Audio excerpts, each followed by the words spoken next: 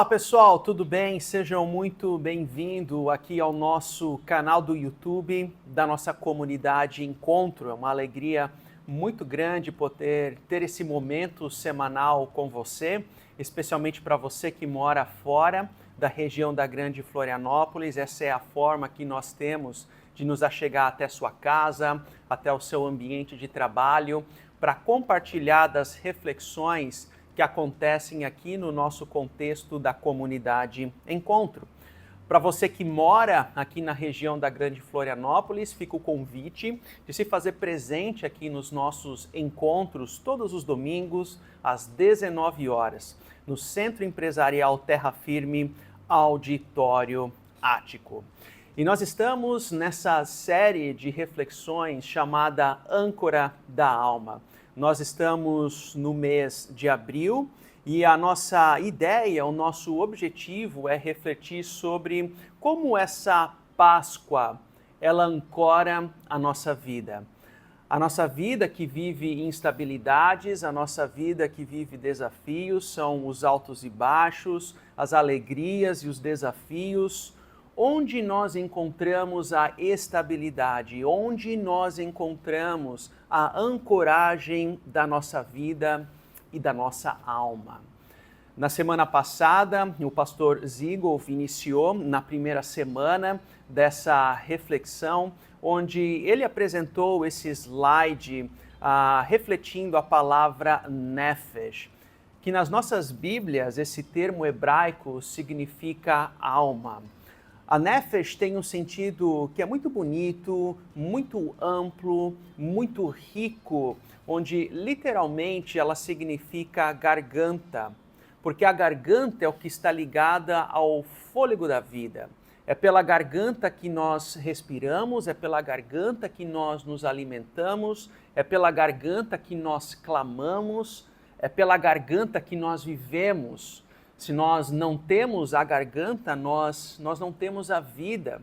E é justamente essa ideia que esse termo, o nefesh, a alma, ela traz para nós. É o centro da nossa vida, na sua integralidade, é o centro da nossa existência.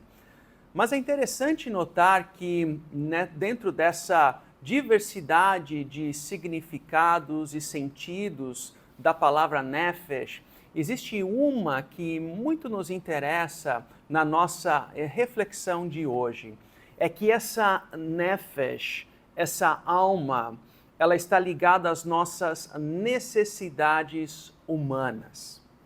Eu e você vivemos em constante busca por suprir aquilo que nos falta. Nós somos seres que precisamos de água, nós precisamos de ar, nós precisamos de afeto, nós precisamos de sentido, nós precisamos de direção. E a nefesh revela um pouco dessa nossa condição. Nós temos necessidades, nós temos carências, nós temos desejos, nós temos o desejo de fome, de vida verdadeira, vida com sentido. Nós não somos autossuficientes, mas nós somos seres com necessidades. Por exemplo, nós temos, de um lado da nossa vida, a necessidade emocional ou necessidade física. O Salmo 107 vai nessa direção, porque Ele, Deus, sacia a alma, a nefesh, e satisfaz plenamente a alma nefesh faminta. Nós temos a necessidade física do alimento, nós temos necessidades emocionais de se sentir amado, de se sentir aceito. Shakespeare dizia que a maior dor é a dor da rejeição, o amor rejeitado, o amor que não é correspondido. E eu creio que ele aqui tem certa razão. O amor de um pai que não provê, rejeição. O amor de uma mãe que não cuida, rejeição. O amor rejeitado de um cônjuge, de um filho. Se você vive ou viveu a rejeição na sua vida, você tem a sua nefesh, você tem a sua alma ferida, porque nós naturalmente temos essa necessidade de aceitação, de afeto, de necessidades tanto na dimensão física quanto também emocional das nossas vidas. Mas nós também temos a necessidade na nossa nefesh, na nossa vida, na nossa alma, de muitas vezes, se não sempre, trazer resposta à nossa dor, trazer resposta ao nosso sofrimento, à nossa adversidade. Faz parte do ser humano. Por exemplo, no Salmo 42, por que você está assim tão triste, ó minha alma, ó minha nefesh? Por que está tão perturbada dentro de mim?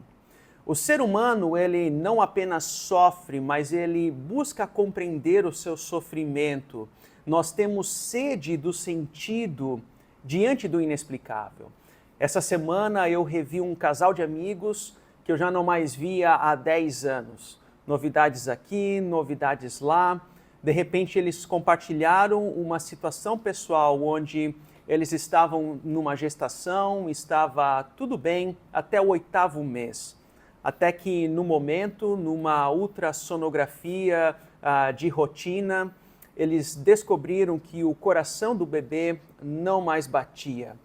Tudo estava ok, tudo estava bom, tudo estava ótimo.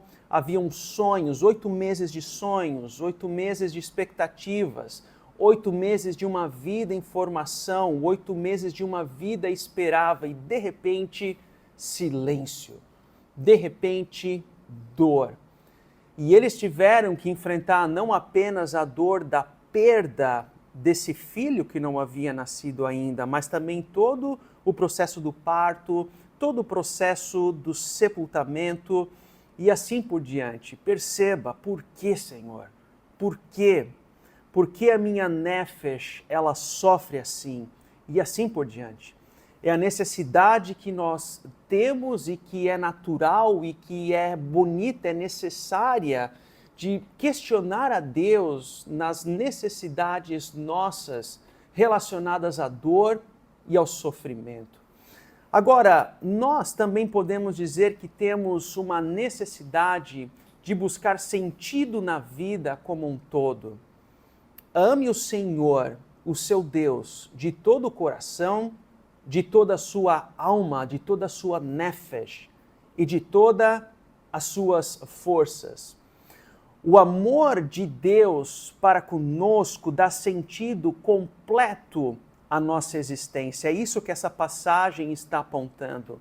Seja no nosso coração o centro da nossa existência, a nossa nefesh, a nossa alma, como a vida como um todo, nas nossas forças, a vitalidade, a energia.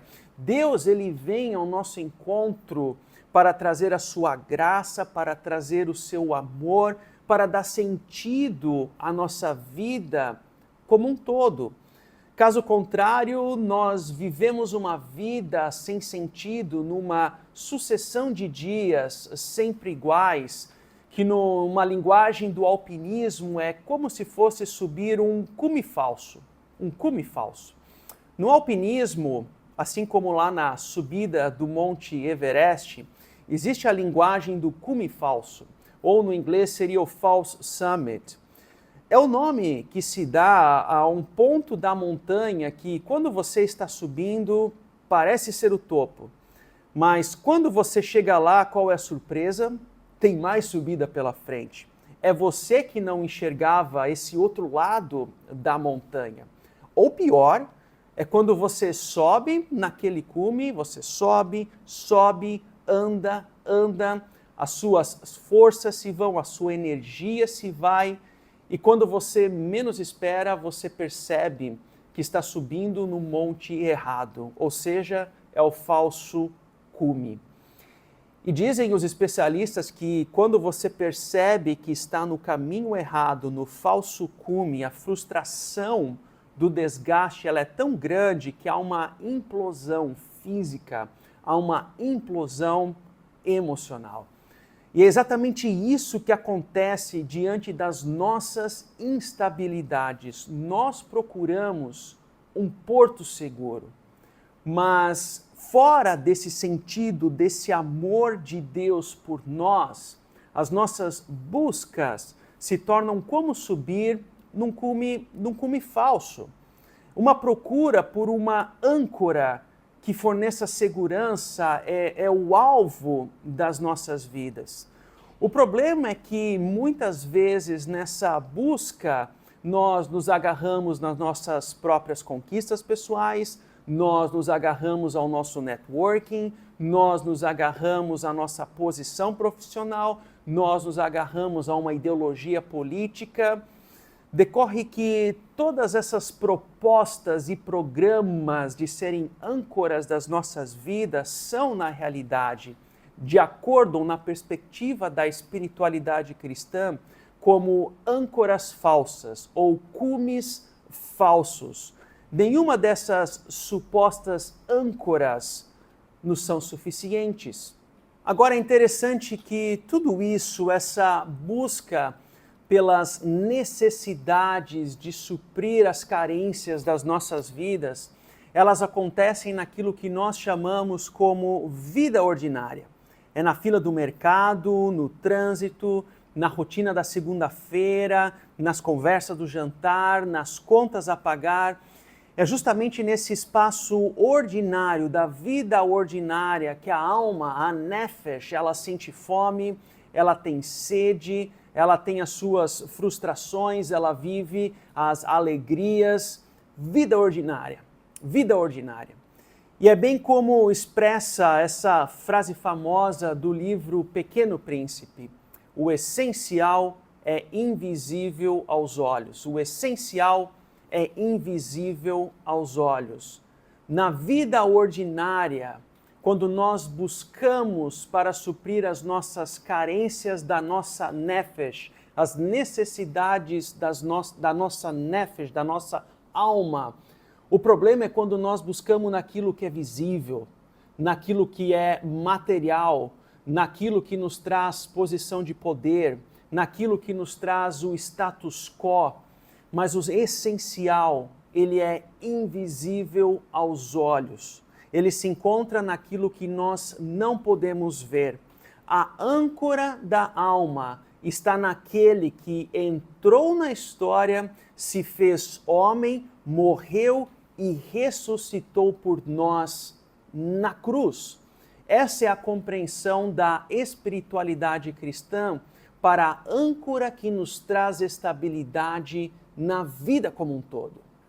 No decorrer da crucificação de Jesus, nós percebemos diversos personagens ao redor dessa crucificação, mas um deles nos chama a atenção porque ele estava ali vivendo a sua vida ordinária, o seu trabalho do dia a dia. Como assim? Veja o que o texto bíblico diz. Já era quase meio-dia, e trevas cobriram toda a terra até as 3 horas da tarde. O sol deixara de brilhar. Então o véu do templo rasgou-se ao meio.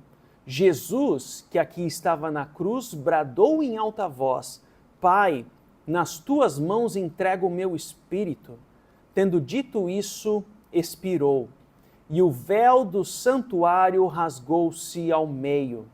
Agora perceba, o centurião, que era um soldado, vendo o que havia acontecido, louvou a Deus, dizendo: certamente esse homem era justo. O centurião aqui, ele era uma espécie de gestor dos soldados. Ele comandava uma centúria, ou seja, uma unidade com 80 a 100 soldados. Ele tinha um cargo de liderança. Ele tinha prestígio social. O centurião, ele precisava ter disciplina. Ele possuía um status pessoal de segurança financeira, de estabilidade. Este era um cargo desejado. Mas aquele momento para ele, para esse centurião e para os soldados que ali estavam, era apenas mais uma crucificação. Jesus era tido como mais um agitador político, mais uma tarefa rotineira a ser executada, mais uma execução entre milhares. Prova disso que a crucificação, ela era uma prática muito comum nos tempos de Jesus. Entre os anos de 74 a 71 anos antes de Cristo, houve uma grande revolta de escravos que aconteceu no Império Romano. E daquele contexto, daquela revolta, 6.000 escravos foram crucificados ao longo de uma via que conduz a Roma, chamada Via Ápia. 200 quilômetros de cruzes, de corpos crucificados. Jesus era simplesmente mais uma cruz, mais uma morte na perspectiva desse centurião e dos soldados que lá estavam. Mas nessa formalidade do cargo ocorre uma confissão. Certamente esse homem era justo. O Evangelho de Mateus vai dizer nessa mesma cena, certamente ele era o Filho de Deus.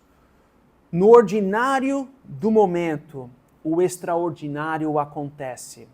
No ordinário da vida comum, de mais uma tarefa, mais uma execução, o extraordinário de Deus irrompe a vida e alcança esse homem.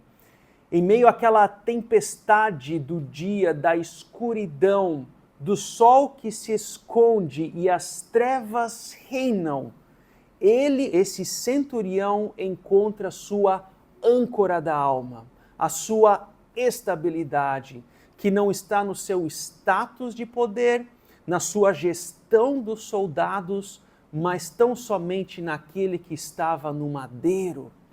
Eu gosto dessa imagem da âncora, porque a âncora é um símbolo, é um instrumento de estabilidade. Literalmente, a âncora permite que um barco não fique à deriva no mar. Nos primeiros séculos da igreja cristã, em meio à perseguição dos romanos, a âncora foi utilizada por muitos cristãos em casas, em catacumbas, como símbolo de estabilidade em períodos de adversidades. Se a âncora é este símbolo de estabilidade, em quem realmente eu posso então me apoiar?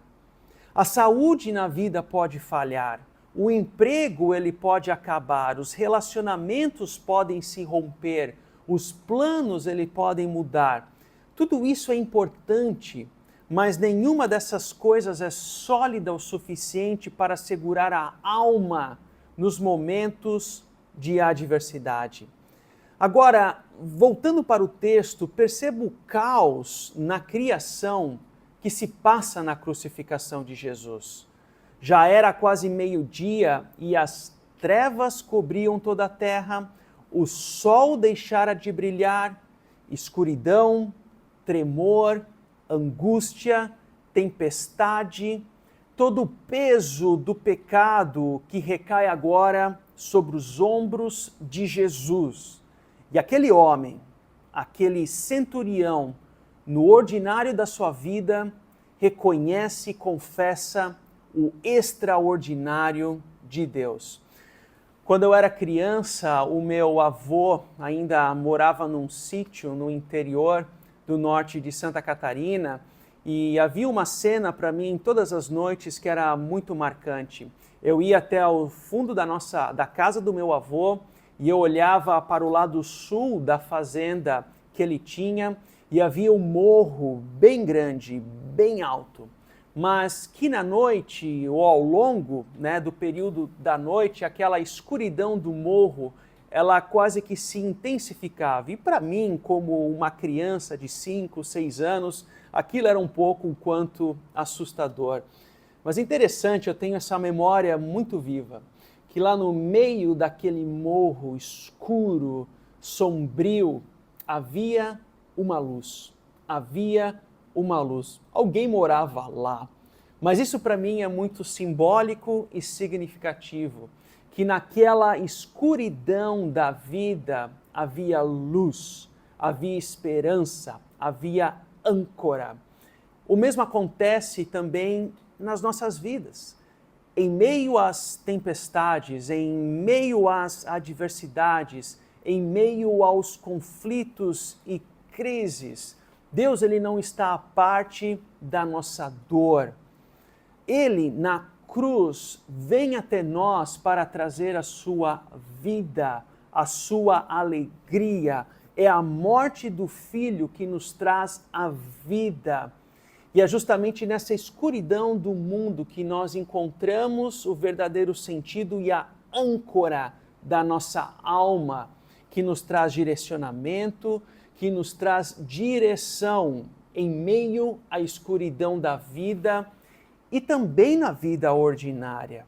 Deus, ele não quer apenas ser encontrado nos templos, nos encontros da nossa comunidade, mas Deus, ele também quer fazer sentido na minha e na sua vida, na rotina ordinária. Assim como esse soldado, esse centurião, ele encontrou o extraordinário de Deus e confessou com sua boca, com o seu coração, a partir da sua vida ordinária. Eu tenho boas lembranças desse icônico apresentador Antônio Abunjara no programa Provocações. O programa Provocações era um programa da TV Cultura, onde o Abunjara apresentou até o ano de 2015, que foi o ano da sua morte. E no programa, que era um programa de entrevistas, ele fazia uma pergunta que ficou muito marcada e caracterizada a pessoa dele. Quando ele perguntava, fulano, para o entrevistado, o que é a vida? O que é a vida? E as respostas dos entrevistados davam tiros para tudo quanto é lado. Havia aquele que dizia que a vida é uma magia, que a vida é uma jornada para o além. Um dos entrevistados, até em tom de agonia, ele começou a chorar e ele retornou a pergunta: você me diga o que a vida é?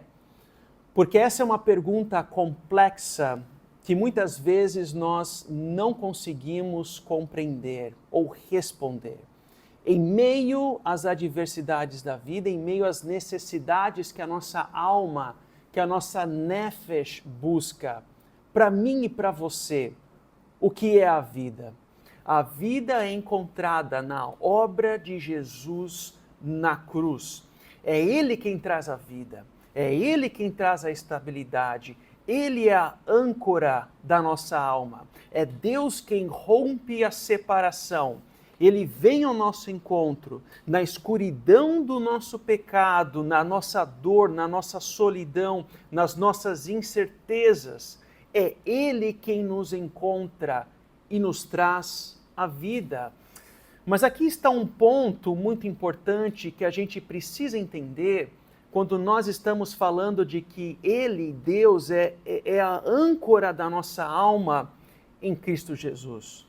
Perceba que nós não apenas somos chamados a ancorar as nossas vidas, a nossa nefesh, a nossa alma em Jesus, mas também de nos aproximar dele. E aqui Tiago, ele nos lembra: aproximem-se de Deus e Ele se aproximará de vocês. De um lado, sim, Ele é a nossa âncora e nós estamos firmados nele.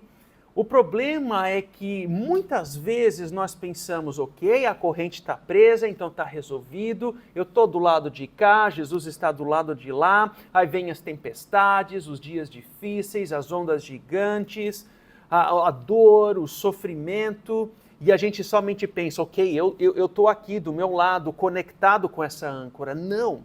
Não é este o movimento que essa passagem nos convida a realizar. Deus, por causa do seu amor, por causa da sua graça, uma vez que nós estamos firmados nessa âncora, Ele constantemente nos chama para si. Por causa do seu amor, por causa da sua graça, a vida não é sobre segurar a corrente com firmeza, mas perceber a mão bondosa de Deus nos chamando para perto dele. Deus está constantemente nos chamando, nos atraindo por meio da graça, do seu amor, da sua palavra, porque essa é a natureza de Deus. Ele nos chama para junto de si, não é pela nossa própria força, mas é pelo próprio amor, pelo seu cuidado, pela sua graça. Perceba como isso muda tudo. Sabe aquela culpa que você carrega? Sabe aquela dor que você possui? Sabe aquela mágoa profunda? Sabe aquela situação de adversidade? Sabe aquele diagnóstico? Sabe aquele conflito na família? Não se trata aqui de ter fé e de segurar essa corrente com força, mas perceber a mão bondosa de Deus se chamando ou nos chamando para perto de si. O que é a vida? A vida é não apenas estar ancorado em Jesus, aquele que é a âncora da nossa alma, da nossa nefesh, mas também perceber que Ele constantemente nos chama para termos um relacionamento com Ele profundo, de amor, de graça e de estabilidade. Mas o que levar para casa a partir dessa nossa reflexão de hoje?